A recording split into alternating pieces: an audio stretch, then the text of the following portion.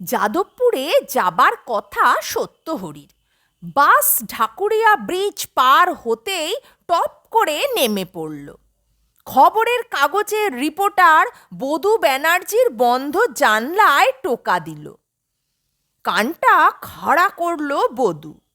না, টোকাই বটে, আবার টক টক। কি মুশকিল, এত রাত্রিরে আবার কে হানা দিতে এলো?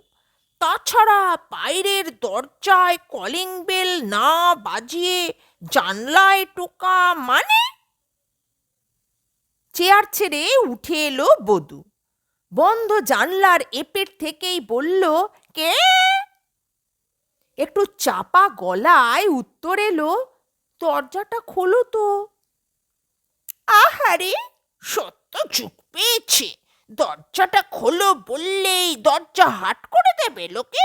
মামদোবাজি, দিনকালটি কেমন?